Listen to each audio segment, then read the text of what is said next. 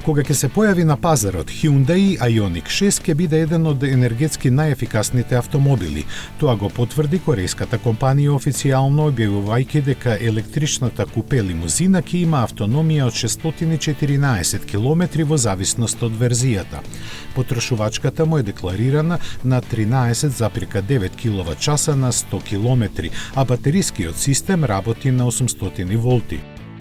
Тоа овозможува тие за само 18 минути да се наполнат до 80% од капацитетот.